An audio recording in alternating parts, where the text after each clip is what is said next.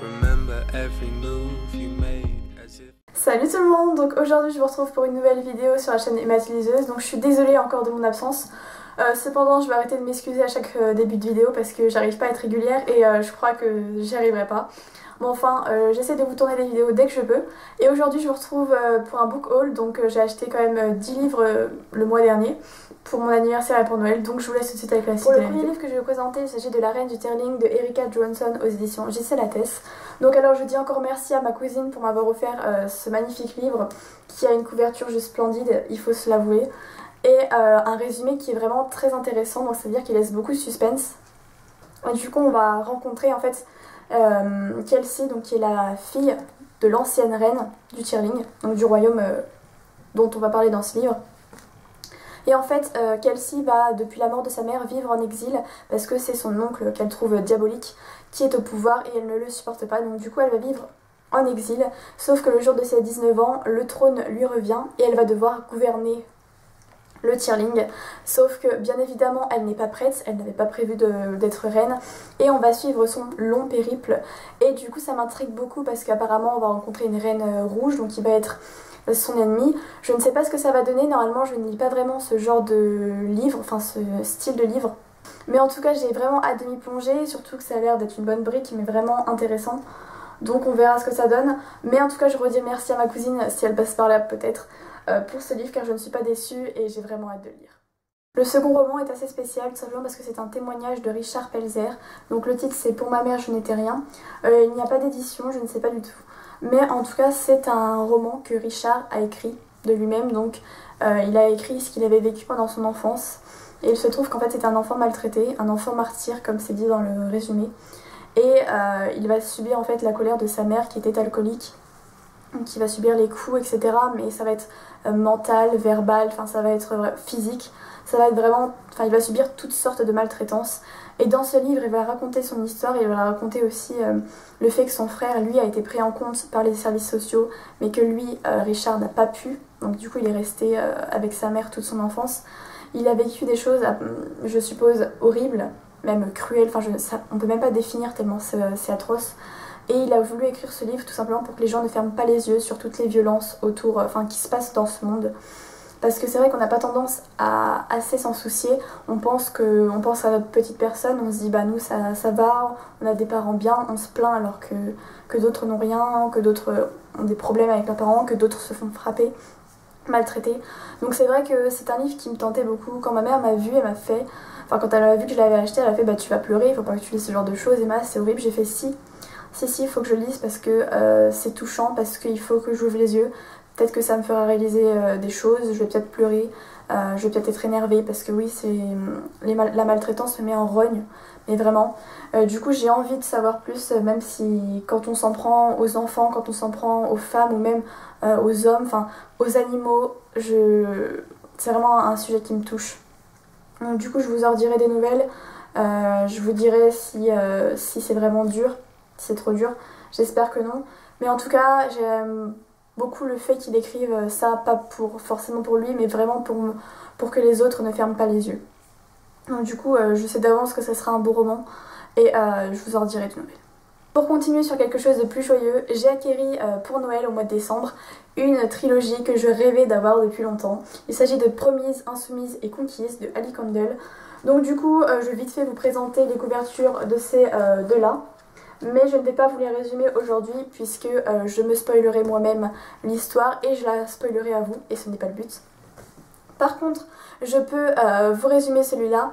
Donc apparemment de ce que j'ai compris, il s'agit d'une société, donc les officiels, qui ont le contrôle de tout, de tout, de tout. Donc c'est-à-dire qu'ils contrôlent qui vous aimez, où est-ce que vous allez travailler, quand vous mourrez, vos sentiments, etc. Donc du coup ça m'intéresse de savoir comment ils peuvent contrôler tout ça déjà dans un premier temps. Et ensuite on va rencontrer donc Cassia qui est une jeune fille. Et en fait elle va être promise à son meilleur ami, donc elle va être toute contente. Parce que du coup chaque personne est promise à l'avance à une autre pour avoir une relation amoureuse quoi. Et du coup elle est promise à son meilleur ami, donc elle est super contente, elle se dit voilà j'ai de la chance. C'est parce que c'est rare d'avoir de la chance comme ça. Sauf que ça ne va pas l'empêcher de tomber amoureuse de Kai, qui lui est un jeune homme qui est exclu de la société. Donc du coup, ils vont pas pouvoir avoir de relation. on se doute bien. Et du coup, comment vont-ils faire pour se retrouver, etc. Mais en tout cas, j'ai vraiment hâte de lire ce premier tome et puis de lire la suite. Et puis peut-être que je vous ferai une vidéo complète pour vous résumer la saga, si ça vous tente. Donc je commence en fait à m'intéresser aux livres un peu plus littéraires, donc qui sont vraiment inscrits dans la littérature, qui sont marqués par l'histoire. Et parce que tout simplement j'aimerais aller en L l'année prochaine et du coup il faut vraiment que je commence à m'intéresser à autre chose que de la fiction actuelle. Donc du coup je vais vous présenter 3 livres que j'ai achetés pendant le mois de décembre. Donc notamment le premier, il s'agit de Eldorado de Laurent Godet aux éditions Babel. Voilà. Donc alors ce livre, il faut savoir qu'il a une petite anecdote. Donc j'en ai entendu parler sur Facebook, on disait ouais j'ai lu Eldorado mais j'ai rien compris, qu'est-ce que vous en avez pensé, etc. Et du coup je me suis dit bah pourquoi pas le lire et après leur dire ce que j'ai pensé, si j'ai compris, etc. Du coup la complexité du livre m'a donné envie, parce que je suis curieuse, d'aller mettre le bout de mon nez dans ce livre. Et apparemment ça va parler, donc je me suis vraiment peu renseignée sur les 3 livres que je vais vous parler. Tout simplement parce que j'ai envie de me garder le mystère, j'ai pas envie de me dire c'est compliqué avant même d'avoir essayé. Du coup j'ai compris que ça parlerait des migrants clandestins. Je sais juste ça, on va certainement rencontrer quelqu'un, etc. Mais on m'a dit que c'était une histoire touchante et très compliquée, mais pourtant si on prend le temps de le lire, qui était sympa. Donc dès que j'aurai l'envie et puis le temps, je me plongerai dans cette petite histoire. Alors ensuite j'ai acheté L'heure là de Maupassant et en fait il n'y a aucun résumé derrière, c'est juste une phrase du livre, donc du coup je ne peux pas vous le résumer, je ne peux même pas savoir de quoi ça parle, en sachant qu'on a étudié certainement quelques passages en 4ème, je sais que moi oui, et on a tous déjà entendu parler du célèbre livre Le Horla de Maupassant, donc du coup je me suis dit pourquoi pas lire, après tout ça fait rien, en plus, enfin je veux dire c'est quand même les grands livres de la littérature, il faut les lire, donc du coup bien évidemment il faut que je les lise. J'ai aussi acheté donc, Une vie de Maupassant pour compléter un peu ma collection de Maupassant. J'ai également lu Belle Amie que j'ai étudié en fait en cours en seconde et que j'ai beaucoup apprécié. Donc après ça c'est différent mais je pourrais peut-être vous faire une vidéo dessus en sachant que vous l'avez certainement lu. Tout dépend de votre niveau, de votre âge, etc. Donc Une vie, je sais que ça va être une histoire d'amour et que Maupassant étant un grand auteur romanesque, ça peut être sympa. Du coup j'en ai entendu du bien mais j'en ai également entendu du mal. On m'a dit que c'était une histoire assez compliquée, ennuyante. Donc je ne sais pas, je ne me mets pas trop la pression, on verra très bien. Et puis dès que je l'aurai lu, je vous en ferai une critique. Donc pour les 2 prochains livres que j'ai achetés, donc les 2 derniers, c'est 2 livres qui étaient dans ma wishlist et j'étais juste trop contente. Donc c'est 2 cadeaux de Noël et franchement j'en ai encore le souffle coupé tellement je suis contente de les avoir. Il s'agit donc du premier, Captive in the Dark de C.J. Robert aux éditions Pygmalion. Donc vous savez parce que je vous ai tanné dans plusieurs vidéos parce que je voulais ce livre et je l'ai enfin, donc je suis trop contente. Mais en même temps j'ai vraiment peur d'être déçue parce que je sais pas pourquoi, inconsciemment je lui mets vraiment la barre très haute. Donc du coup je sais pas s'il va me plaire mais j'espère vraiment. Mais en tout cas, rien que pour la couverture qui est juste très très sombre, très dark, j'adore. Donc pour vous rafraîchir un peu la mémoire, il s'agit de Caleb qui est un homme, voilà, c'est logique, et qui prépare depuis 12 ans sa vengeance. Il veut se venger, on ne sait pas de quoi. Et pour cela, il est intéressé par une jeune fille donc, qui l'espionne depuis pas mal de temps. Et il veut qu'elle soit sa conquête, tout simplement parce qu'elle n'est pas comme les autres, elle n'est pas consentante, elle ne lui a pas été vendue par son père, ou d'autres histoires bizarres comme ça. Et du coup, il s'est dit, voilà, c'est ma conquête. Et la dernière phrase, c'est « Dans ces huis clos étouffants, le bonheur est-il encore possible ?» Ça me donne envie, donc je sais très bien que ça va être une romance, je pense.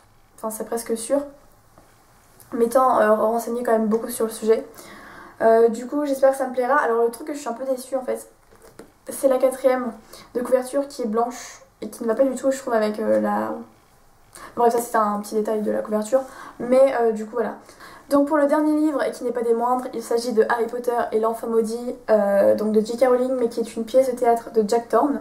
Donc déjà j'ai appris assez tardivement que c'était une pièce de théâtre, donc déjà j'étais un peu surprise et je me suis dit, donc déjà j'avais un peu des a priori parce que pour moi Harry Potter en fait... j'aimerais une suite mais inconsciemment je trouve qu'il y en a déjà assez et qu'il n'y a pas besoin d'avoir une suite. Du coup voilà, je ne savais pas trop en quoi en penser, comme vous pouvez le voir je suis en train de le lire, j'ai commencé Et le début ne me plaît pas plus que ça. Bon, disons que c'est bien forcément de retrouver un peu les personnages de la saga. Cependant, je ne trouve pas l'histoire palpitante. Enfin, c'est que le début, hein, j'en suis qu'à la page 78. Donc j'ai encore le temps de changer d'avis. Mais en tout cas, on va retrouver en fait Harry Potter donc 19 ans après. Donc Harry travaille au ministère de la magie, tout comme Hermione, qui est ministre de la magie, je crois d'ailleurs. Donc voilà, c'est assez sympa. Mais on va surtout retrouver donc les 3 enfants de Harry Potter. On va suivre particulièrement Albus, qui est son deuxième fils, voilà. Et du coup, je ne sais pas la suite, mais le début était un peu, je trouve, enfin, on s'y attendait. Du coup, je sais pas. On verra, mais en tout cas, c'est toujours sympa de retrouver le monde d'Harry Potter, quoi qu'il arrive. Et je sais très bien qu'en tant que fan, j'aimerais vraiment inventer une suite, mais je ne le ferai pas, je suppose. Et du coup, voilà, je vous en dirai des nouvelles. Et puis voilà. Voilà, j'en ai fini avec ma vidéo, j'espère qu'elle vous aura plu. Je suis vraiment désolée encore de cette absence, mais je compte vous faire peut-être des vidéos plus travaillées, parce que je sais que là je vous présente quand même globalement des vidéos pas très originales, comme des updates, des book hauls, etc. Mais je compte vous préparer une petite vidéo qui va être sympa, je pense. Donc voilà, restez connectés, et puis n'hésitez pas à m'envoyer des mails pour qu'on parle de livres. Je sais que je vous le dis à chaque fois, mais que vous ne venez pas, donc c'est vrai que c'est dommage. Donc voilà, n'hésitez pas aussi à vous abonner pour suivre nos vidéos, et puis je vous fais de gros bisous. Bye.